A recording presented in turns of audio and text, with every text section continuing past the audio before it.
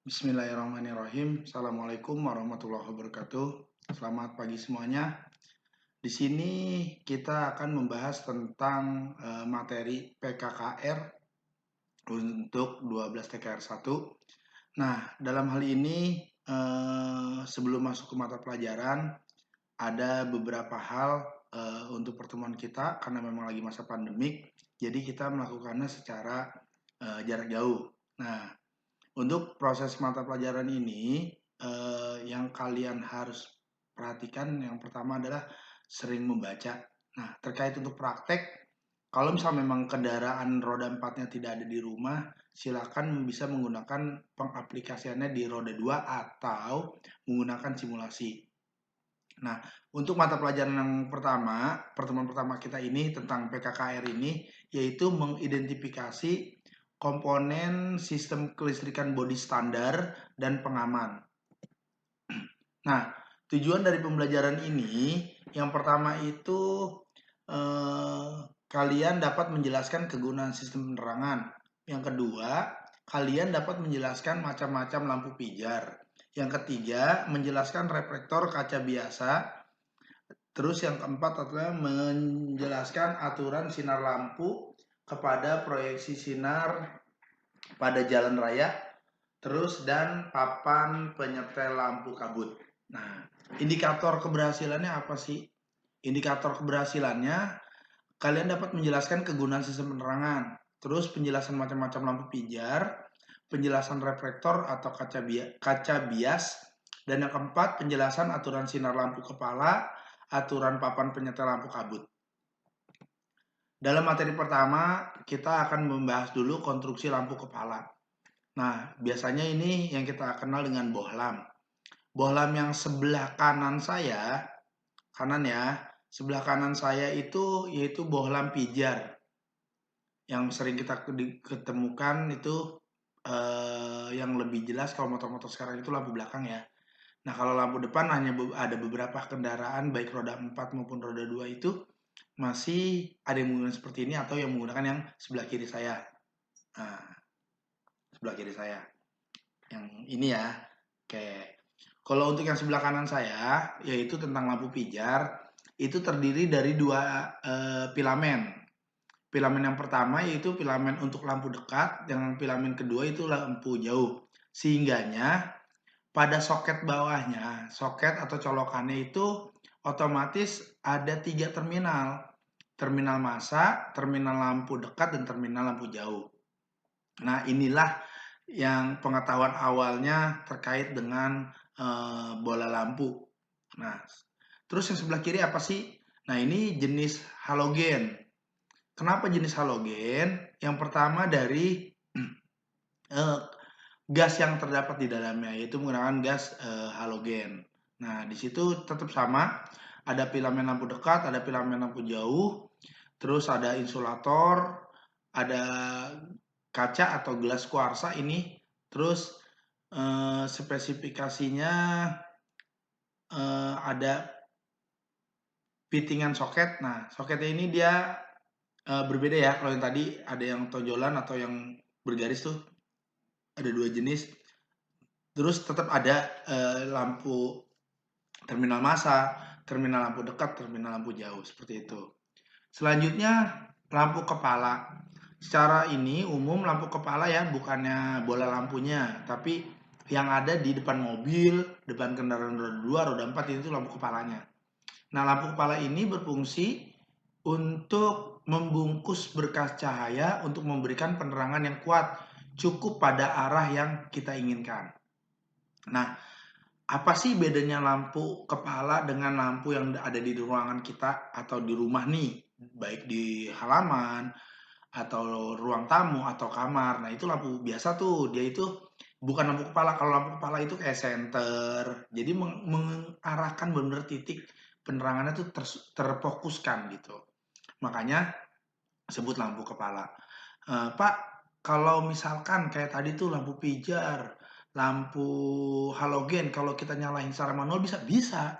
Cuma dia itu tidak terfokuskan sinar lampunya. Karena apa? Tidak memiliki kepala. Tuh.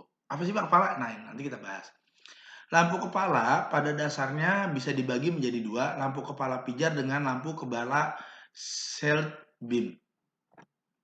Nah, ini salah satu contoh lampu kepala dengan lampu pijar. Di mana yang terdiri dari yang pertama itu bola lampunya. Yang kedua itu adalah reflektor pelindungnya. Nah, yang kelima itu eh, tempat bola lampunya, jadi pembungkusnya, jadi dia tidak langsung ketemu dengan reflektornya. Yang keempat penyetelnya atau body, dan yang ketiga itu kaca bias. Nah, kalau diperhatikan pada gambar tersebut, tadi kita sudah bahas di awal tuh, kalau bola lampunya dinyalain sendiri tanpa dimasukkan ke kepala lampunya, otomatis dia akan pijar biasa, seperti kayak dalam ruangan kamar kamu. Jadi tidak fokus gitu sinarnya. Nah, setelah menggunakan lampu ini, kepala lampu ini dimasukkan dulu dan dinyalakan, akhirnya fokus sinarnya. Seperti itu. Nah, ini dia yang namanya lampu kepala. Selanjutnya, di sini ada contoh lampu jauh. Titik api sejajar dengan sumbu utama reflektor untuk lampu jauh. Nah, reflektor itu dia yang tadi kita dibahas sebelumnya itu di bagian nomor 2. Nah, kita kalau di lapangan itu nanti reflektor itu yang warnanya silver atau abu-abu.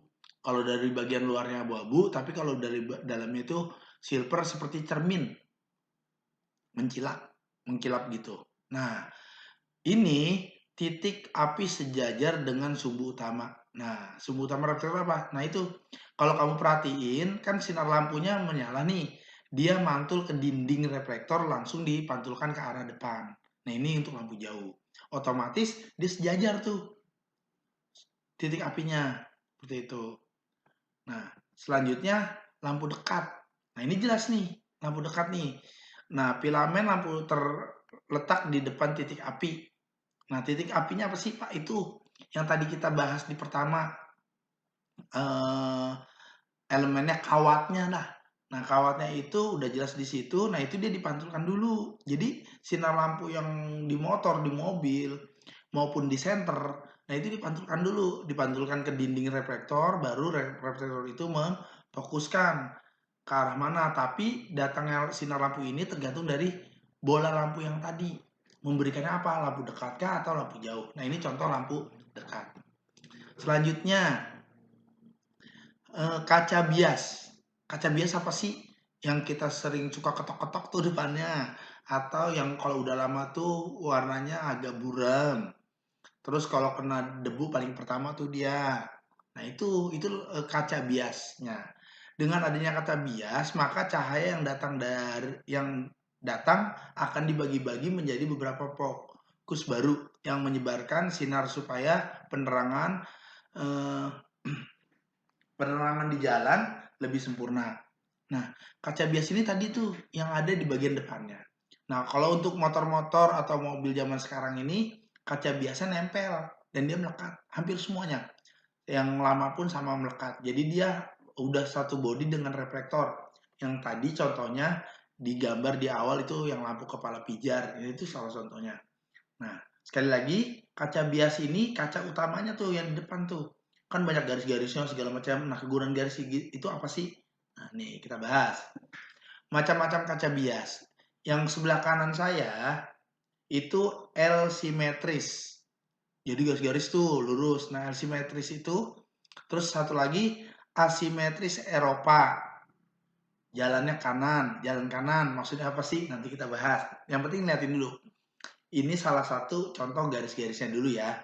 L simetris dan asimetris Eropa, tapi untuk jalan kanan. Selanjutnya asimetris Eropa, jalan kanan dan kiri. Nah, liatin tuh. Kalau kaca kamu, kaca motor kamu, kaca mobil kamu itu garis-garis seperti apa? Yang tadi saya bilang, itu adanya di depan. Liatin aja di depannya. Terus simetris Amerika, silit beam. Nah, bentuknya seperti itu.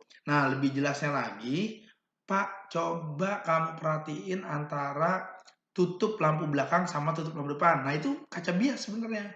Kan berbeda tuh, yang belakang sama yang depan. Nah, kalau depan itu bentuknya seperti apa, yang belakangnya itu seperti apa. Karena tadi tujuannya tidak menyilaukan pengendara lain, atau fungsinya lampu pala ini memfokuskan, seperti itu. Nah, ini salah satu contohnya.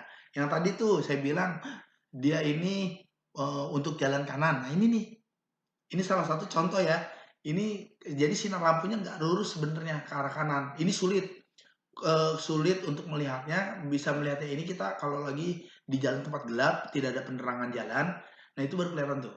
Atau kita suka main senter tuh. Nah, silakan dilihat. Nah, ini gambar yang salah ya. Seharusnya yang benar seperti ini. Sinar lampu itu difokuskan ke arah kiri. Tujuannya apa? Jika pengendara lain berhadapan, itu tidak menyilaukan. Nah, beda dengan gambar yang pertama.